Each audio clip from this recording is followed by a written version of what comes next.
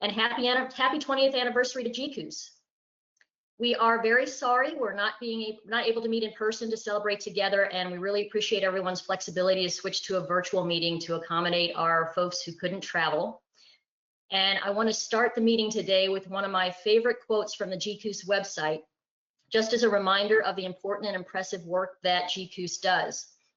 So today, as GCOOS celebrates its 20th anniversary in 2025, it marks its expansion with 35 principal investigators and 62 partners providing data from 1,730 sensors in the Gulf via 447 regional and federal stations. GCOOS has 181 institutional and individual members, and its e-newsletter reaches more than 1,900 readers monthly. So I want to thank each and every one of you for supporting GCOOS and this important work.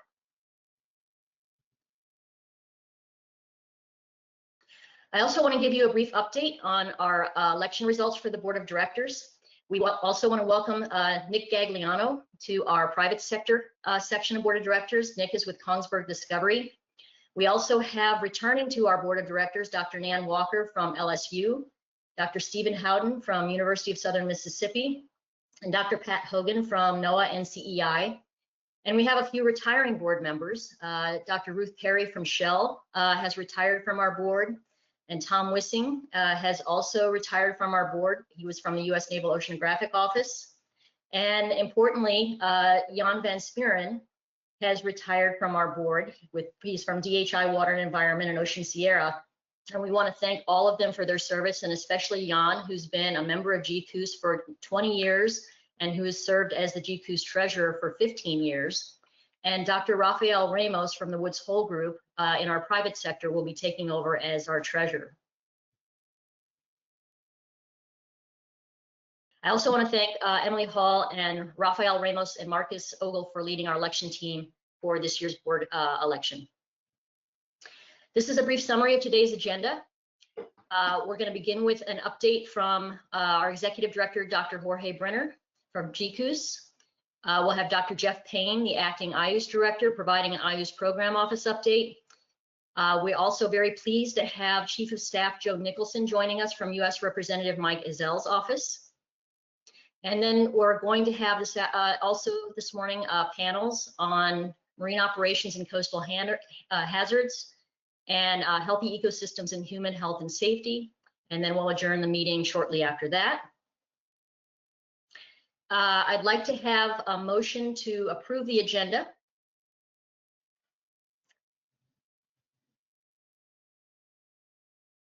I'm not hearing audio, so Marcus, can you help me with that?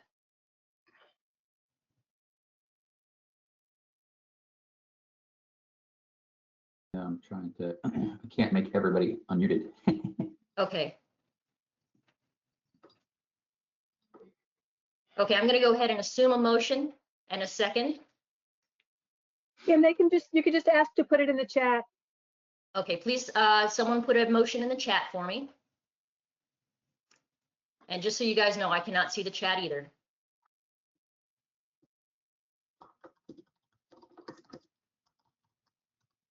I can, as long as it's on record, you'll be fine for the bylaws.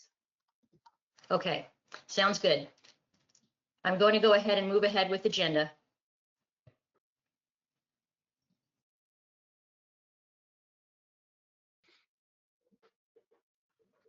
Okay, and I wanted to do just a brief introduction of today's panel presentations. The focus for today's panel presentations are going to help inform our development of the GCOOS 2026 to 2031 strategic plan. And these panels are going to consist of brief project summaries from our GCOOS PIs and their stakeholders, followed by open discussion focused on current and future stakeholder data and information applications, needs, and challenges.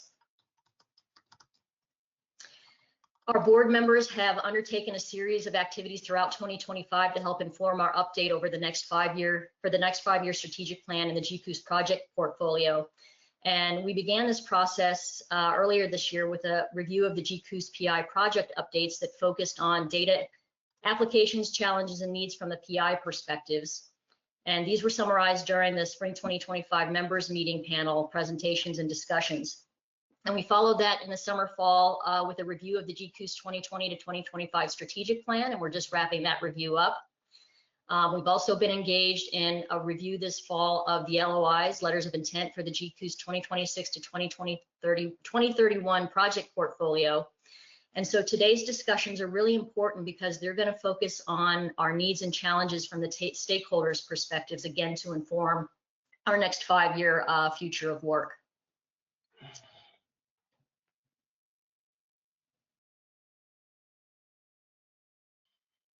We also wanted to share at the beginning of the meeting what our focus questions are going to be for those panel discussions, so that you can be thinking about these throughout the meeting.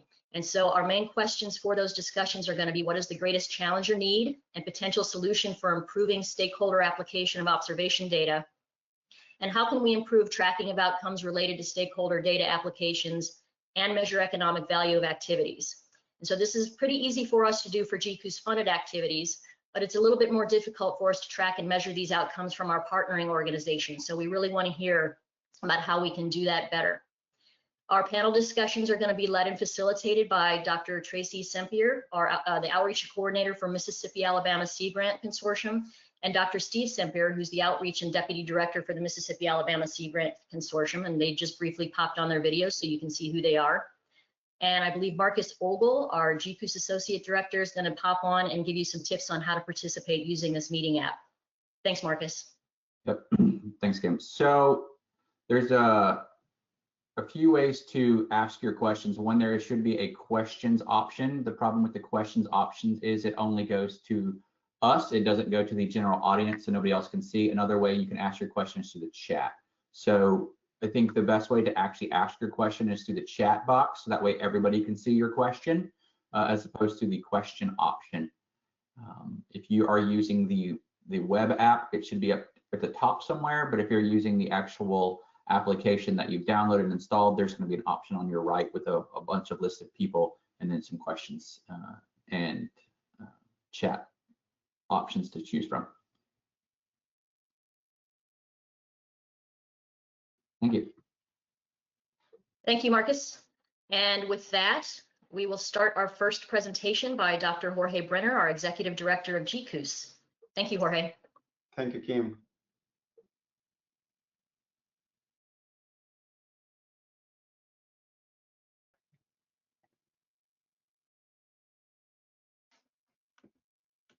Can someone tell me, please, if you can see my presentation in full mode? Yes, we can see it in full mode. Perfect. Thank you, Kim. Well, good morning, everyone. For those who don't know me yet, I'm Jorge Brenner, Executive Director of GCOOS. I've been almost 5 years Director of GCOOS since 2001. I sit in Houston, Texas. And I wanted to start my presentation by restating something that Kim had mentioned, which is that we very much will have liked to have this meeting in person and be able to celebrate the 20th anniversary of GCOOS with all of you in Mississippi as planned. But given the situation that we encountered over the past more than a month, we thought that it was much better to have the opportunity, to provide the opportunity for most of you guys to join virtually to the meeting. And I think we actually had a great turnaround of participation today, thanks to you.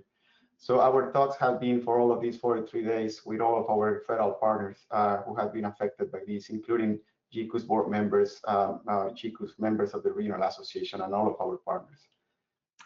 With that, I want to start by sharing that GCOOS has 10 new members. Over the past 6 months, we had a record number of interest in becoming a member of GCOOS, beginning with Louis Beckham with Barnacle and Blocker, Daniel Sheen with EOM Offshore, and Nick Gagliano, who just joined GCOOS board, who moved from SOFAR to Kongsberg Discovery, Jonathan Harris with the Northern Gulf Institute. Those are our voting members.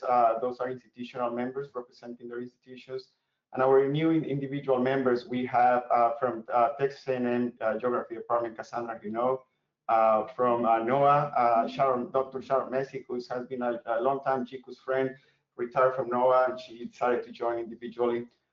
From the Houston City College, Lisa Jordan. From the University of Texas at Austin, Yuan Lee, from A&M Corpus Christi, Dr. Travis Washburn, and from Esri, Patricia Shalonsky.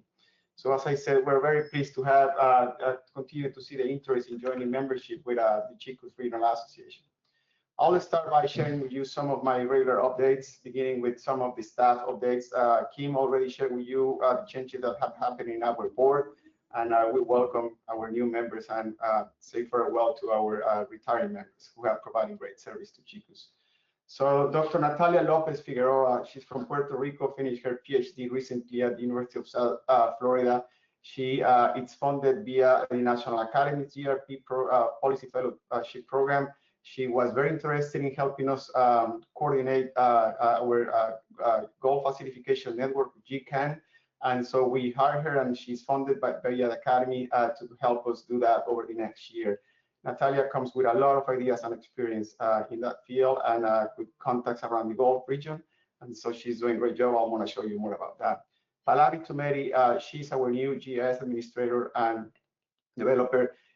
She comes also with a lot of experience in private industry, also academic experience in GIS, enterprise manager, systems administration, all the way to analytics and development of applications, geo applications as well. So Pallavi is joining us to continue the development of our enterprise now GIS development at GCOOS.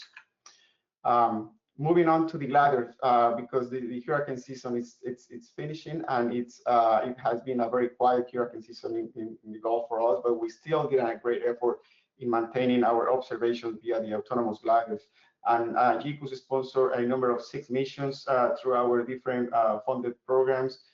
We also deployed 3 Navy gliders provided by the Navy and were deployed by USM in the Central Gulf region. And we also saw through flowing through Gandalf 8 additional missions contributed by our partners.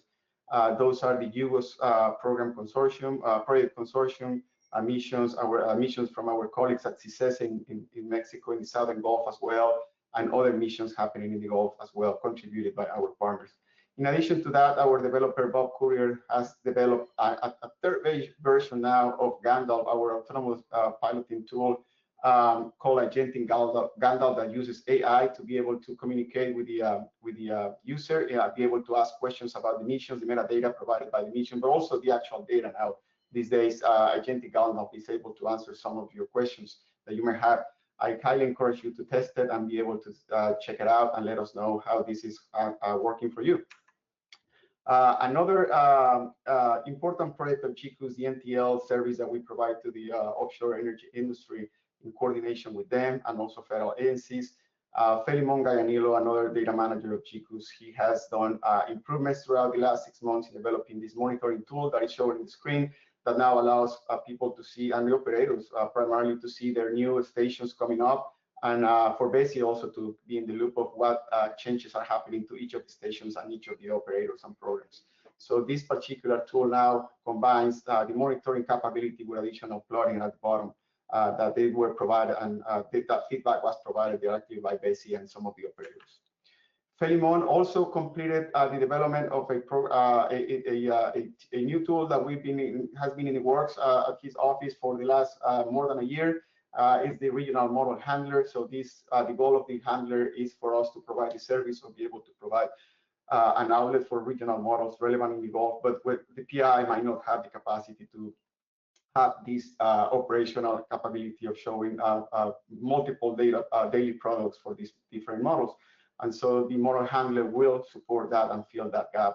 So you can see to the left of the slide a list of the different models, regional models, some national in scope, but also regional for the Gulf, that they've been included already by Felimon, working with different PIs, and what is coming soon, all the way to hopefully in the near future, the ECOPS model, that's the regional model for the North Atlantic that will replace other existing models to the future and will be also hosted for the Gulf here at the model handler as well. Another great development that has happened recently in the last couple of months, the project team for our Marine Hits Waves project that started last year, based at Dolphin Island Sea Lab, but also at GCOOS with Xiao and Chris Simonello, and our past GRP National Academies fellow Renata Kamakura, Dr. Renata all of them be able to provide input to SHAO to develop a new web page, and I'm showing the link here. It's a test bed right now for you to go and check it out, where SHAO has developed the capacity to inform of heat waves and the length of those heat waves, the persistence, and many other metrics using buoy data and climatologies derived from those actual observations. So you can, I'm highly encouraging you to go and look into the website, send us comments, let us know how this is useful for your work. We are hoping to hear more from people working in the Gulf that depends on living marine resources that might be affected by these marine heat waves. But also we've received comments from offshore industry as well regarding this particular topic. So SHAO right now is actually working on filling some of the gaps in between the buoys using satellite data and other sensor data as well. The idea is that this is completed over the next year. Also, as I said, with our partners at Dauphin Island Sea Lab. In addition to that, this project recently, Dr. Kamakura, before she ended her fellowship with us in September, she was able to help us publish 17 individuals reports for the estimated impacts or potential impacts of marine heat waves in different aspects of living in the Gulf of Mexico, all the way to living marine resources. And those are available now, not only in English, but also in Spanish in our website. And Renata and Chris and the team organized a series of webinars that were offered throughout the summer with many of our partners, and that was a success, and that showed a lot of interest for this topic around the Gulf. On our biodiversity and marine life projects in the Gulf, Cetacean and Sea Turtle Atlas keep doing good progress. Cetacean over the last year saw more than 1 million views through that portal, and most of the population data for the species that we're working, about 10 species, has been completed, and now the project team has moved to focus more on environmental data that is relevant for managers to put in context with the observations and population data for the cetaceans. And right now, also, the team developed a curriculum for the around marine mammals that also was presented at the Marine Educators Conference this year in Louisiana. The Sea Turtle Atlas has also started populating the database, has the infrastructure in place. These are Esri hubs that we are using to develop to provide this data, especially in GIS format. And this project will continue to move now that we're able to work again with our federal partners. I mentioned that Natalia, our new GIS coordinator, Dr. Natalia Lopez, she came to GCOOS in September, and she really took GCAN and ran with it. She has a lot of ideas and organized already multiple webinars, including at least one of those in collaboration with our partners at SOCAN, that is the Socorro Acidification Network. She's also been coordinating and participating with those scientists who were supposed to go into the new GOMET cruise this year that has been recently postponed. And we were hoping to use that data and be able to include that data also into the GCOOS in the future as it became available. But also, Natalia, being a scientist, she has strong interest in developing also pursuing some science questions regarding acidification, and she's in the work, and she's already working in conducting a meta-analysis of literature about ocean acidification in the Gulf. So Chris Simonello, as usually, has a very productive. Our manager of outreach and education has had a very productive past 6 months. She continues to manage our Matt Howard Fellow, Dafrosa Catarilla. She is about to finish her fellowship with us at the end of this year. She has been working in her research on sea level rise, and Chris is about to launch the 2026 application for funding our new fellow at GCOOS. We also, well, basically, Chris had this brilliant idea of hiring Ivan Kay from Dauphin Island Sea Lab, who developed an internship with us funded by our IRA projects, and created a story map about ocean highways, charting the course of the global trade. This is a highly visual product that had a great response throughout the Gulf. A lot of people found it really interesting, informational, and a great tool for us to convey the messages about maritime transportation and the opportunities around that for data observation data. Chris also participated earlier this year in a storytelling workshop that was co-hosted by Miracruz and Socorro in the Northeast, and that was also a success and another good opportunity for pan-regional coordination with our partners throughout other regional associations.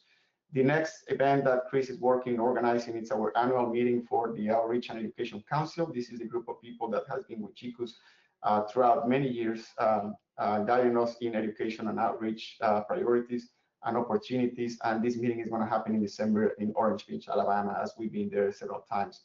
It's a convenient place for us to organize this meeting. The focus of this year's meeting will be marine heat waves and other IRA funded projects that Chris is lining up for this meeting.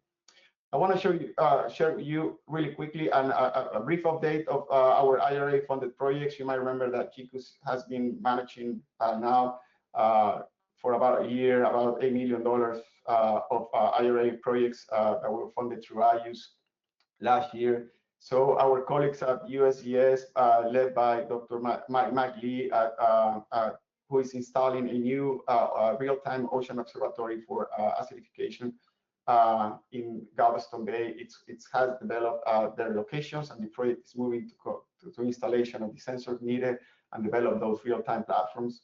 Our Dr. Brian Roberts from Lomcon, who is leading the PASIT project, the Pono Chain Indian Tribe, 2 environmental stations that will be installed, has secured verbally confirmation from ConocoPhillips and Apache companies the permit to install these stations in estuarine waters in Louisiana in Terrebonne Bay.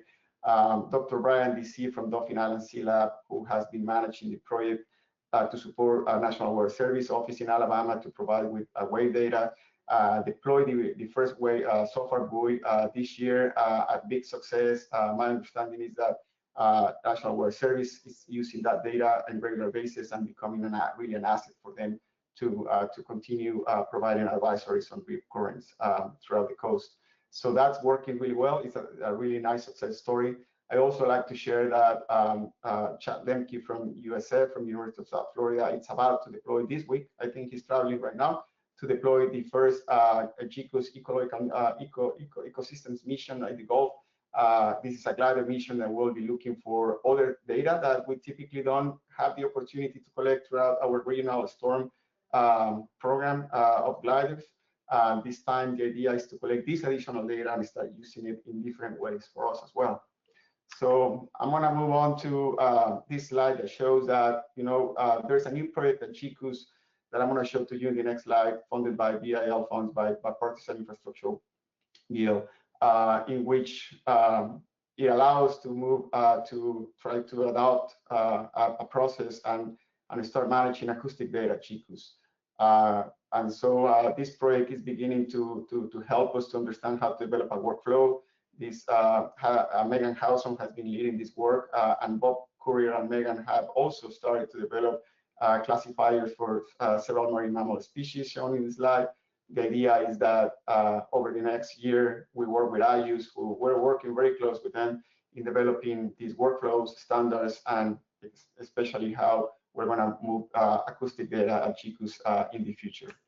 So these are the 2 new projects at GCOOS. I mentioned to you the BIL project that is allowing us to integrate acoustic data in GCOOS. Well, this project is much larger than that. It's a recapitalization and modernization project of the existing regional association, in which we're going to be able to support more maintenance support for existing high-frequency radar stations, also modernize the glider fleet, also replace some of the lost capacity in the glider fleet. Our partners lost 2 gliders over the past 3 years due to different situations in the Gulf, including storms.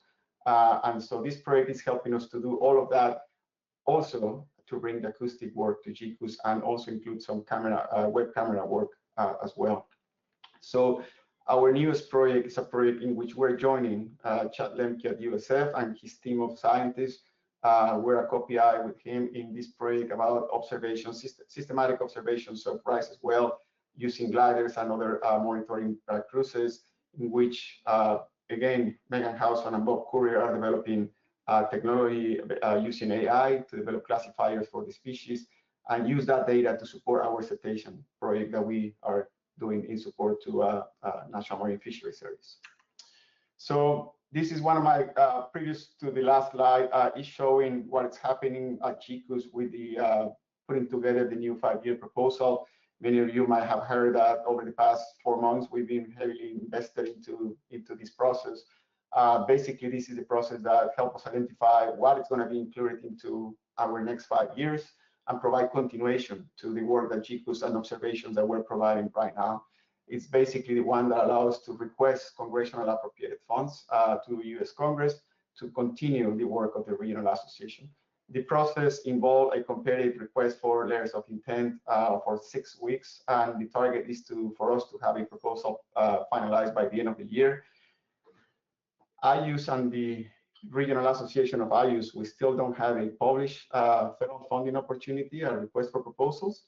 We're waiting that's going to come in the month of November, through the month of November, now that the government has been reopened. And with that, we will be able to finalize that proposal again by the end of the year and have it ready for submission once we are able to see the actual criteria and documentation needed. The outcome of the solicitation that we did for letters of intent was a great turnout, and we're at GCOOS super happy of the interest in participating at GCOOS.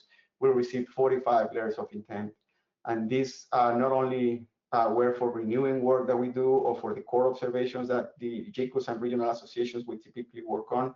They were also to expand our work in almost every corner of science and marine science, including AI, fisheries, estuaries, web cameras, more models, and other aspects of modeling as well, and forecasting as well. So this just to mention a few of them. So right now we are finalizing contacting the PIs on the outcome of the result of the reviews and solicitation and the funding scenarios that we put together. We are giving them a deadline of December the 5th to complete their packages for us to have a proposal ready by before the holiday season starts in December. The anticipated time for this project to start is basically the GCOOS and IUS funding years that starts in July 1st. So this new project will start July 1st, 2026.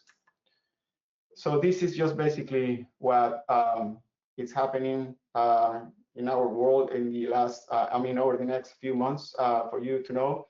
We'll finalize putting together the 5-year proposal throughout this year. Also through this year and next year, we'll continue to finalize the review of our strategic plan.